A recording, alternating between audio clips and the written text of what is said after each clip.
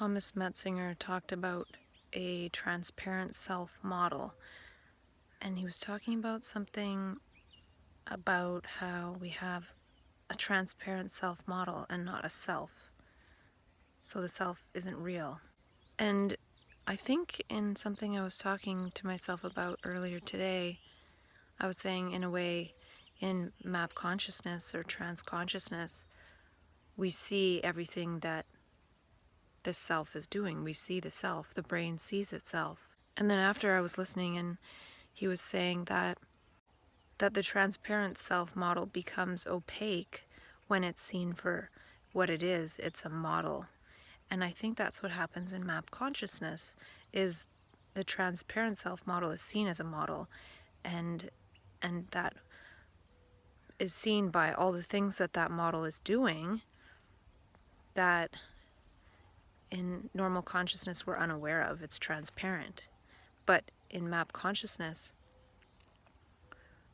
we're able to see what it's doing. But in a way, we sort of make the mistake that that's ourself and that's me, when it's not. It's a mechanism. So if we're able to watch the mechanism and not get too terrified by it, it's easier to survive the transition. Because once it's seen as opaque, it still needs to fall away. And a lot of what we think of as intelligence is memory recall and knowledge storage, and that really can't be true, because even just Google is way better than we are at retrieving memories and recalling things and searching for information. So in so-called psychosis, we see the meaning of thought, we see what it's doing, we see the mechanism, and we see its moves like chess, and it's making the moves regardless of what this aspect that sees the moves tries to do. So we feel out of control. So we see what those old meanings lead to and create. So it seems like there's a couple of phases. There's old meaning making, there's old meaning purging, and then new meaning making, and seeing possibilities, and then making the possibilities possible or actual. And I feel like MAP is a completely different process than the self. It's a completely different consciousness than the self. It's of a different quality, and it organizes the being in a different way. And someone mentioned the phenomenal self, or the subjective self, and this is what changes in map consciousness, is the subjectivity. It's a subjectivity that zooms out so one can see one's previously supposed subjectivity. And Thomas Metzinger mentioned unit of identification, and I feel like in MAP we identify with something else. And so we see these old control mechanisms, and they still have some element of control over us, yet we don't feel like that anymore, so we actually feel like we're out of control and we're not in control. So these previous forms of control that we felt like we were in control, when we zoom out, we now see that we're not in control, that was controlling us. And it's scary. And he was talking about an experiment where they were able to move a person's sense of self out of their head by stimulating the brain. And to me, this means that potentiality is folded up in the brain and can be unfolded by stimulation. And this could also have something to do with the adjacent light body, that there is this other sense of self or essence that is outside of our body in a way. And I've talked about before how this is necessary for miracles, or defying the laws of physics, or how did that person survive that? All those things come into play with that. And he also mentioned experiments around bilocation of the self. They can induce this sensation. So if it can be induced experimentally, that potentiality is in the brain. So the brain can do that given the right circumstances.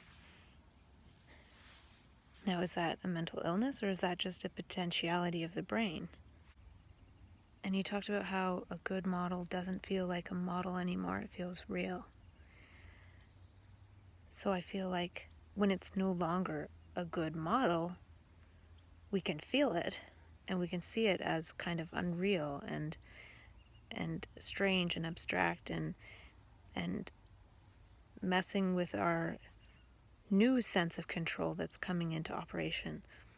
This new emergent property that is probably a better model, but while it's shedding the old model and there's some overlap, there's definitely confusion. But the fact that we can now see it, it's no longer invisible, it no longer feels just like how it is. It feels like some kind of mechanism or model, then it's no longer a good model. So the fact that the ego starts breaking down and we see it means perhaps that it's no longer a good model, it's no longer serving us. And perhaps whatever else is being created or rising in its place is also some kind of model. It can never be exactly reality. It could still be an introduction of a better model or an attempt to do so.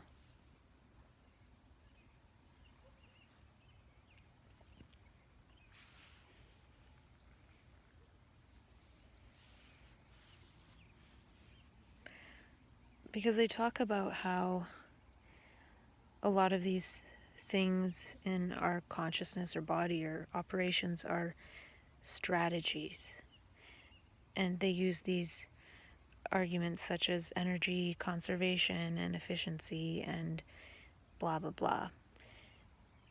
But to me, the reverse is also true, that if it were to be a perfect model,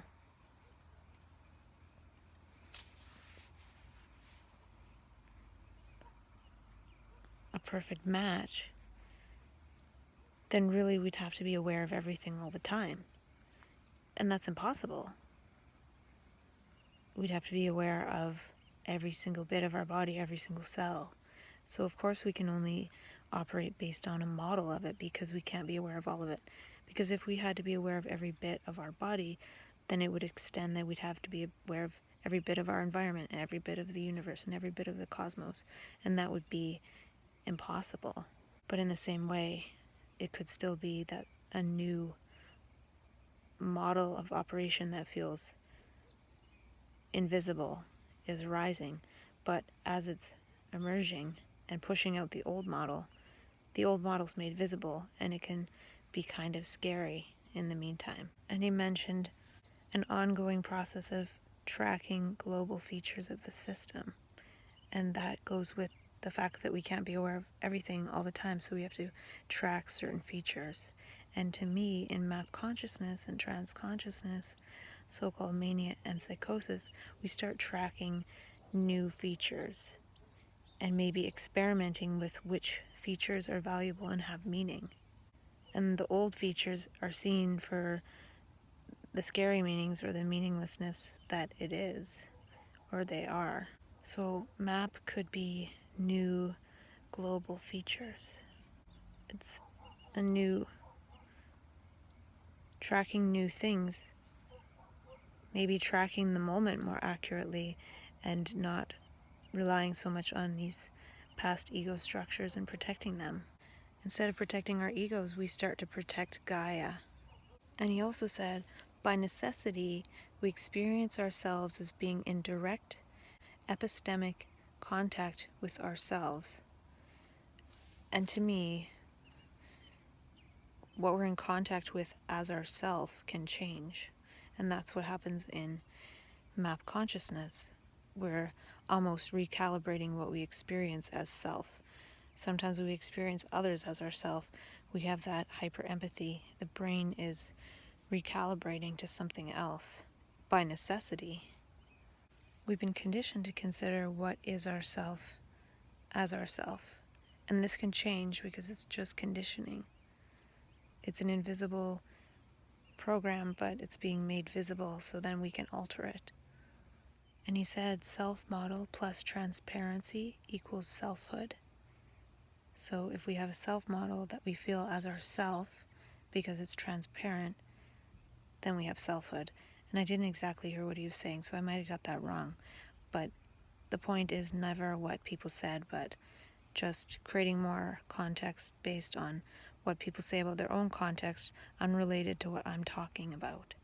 And I was thinking, does that mean that having a self-model and it's opaque mean that there's non-selfhood? And what if the self-model never became transparent? What if we could always see it as a model and therefore modify it with perception? What if we realized we don't need a model and we were just fluid? What if we had self-fluidity? And we often find meaning in life by trying to become somebody. But what if we could just make meaning and not try to become somebody? Then there would be meaning in life without trying to become somebody.